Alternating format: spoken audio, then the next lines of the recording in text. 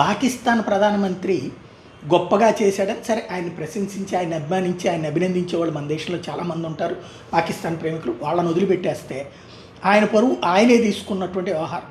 వాస్తవానికి ఏదైతే స్వదేశంలో భారీగా ట్రంప్ విధానాల పట్ల నిరసన ప్రదర్శనలు, మోయలేనంత ఖర్చు, ఊహించని రీతిలో ఇరాన్ ఎదురుదాడి, పైగా తన యుద్ధ విమానాలను సైతం కోల్పోతున్నటువంటి పరిస్థితి, అటు గల్ఫ్ దేశాలు తెస్తున్నటువంటి ఒత్తిడి, స్వదేశంలో ఎదురవుతున్న గొడవల మధ్యన యుద్ధం ఆపుకోవడానికి ట్రంప్ సిద్ధపడుతున్నాడు.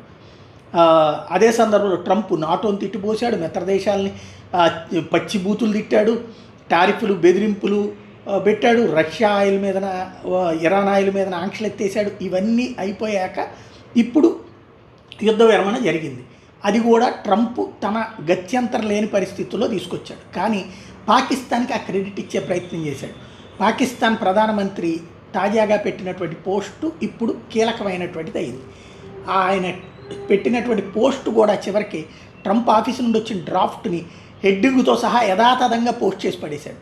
ఎక్స్లో, ట్విట్టర్లో పోస్ట్ చేసుకొచ్చాడు. మేబీ అసలు పాకిస్తాన్ ప్రధానమంత్రి ట్వీట్ అమెరికా నుంచి ఏమైనా చేశారేమో, వాళ్ళకి ఇచ్చేసాడు తన డీటెయిల్స్. తనకు అంత మించి తెలవు. తర్వాత ఎవరో చెప్పేశారు, 4 ఖర్చుకుని దాన్ని డిలీట్ చేశాడు. ఈలోపే ప్రపంచం అంతా వ్యాపించిపోయింది. మొన్న మధ్య వార్త క్లిప్పింగ్లు చూసాం కదా, రిపోర్టర్ 2 ఫోటోలు వేయండి యాడ్స్ వస్తాయని మెసేజ్ రాస్తే దాన్ని కూడా హెడ్డింగ్ పెట్టేసినటువంటి సబ్ఎడిటర్ నిర్వాహకం. అదే ఇప్పుడు ప్రస్తుతం నడుస్తున్నటువంటిది అక్కడ.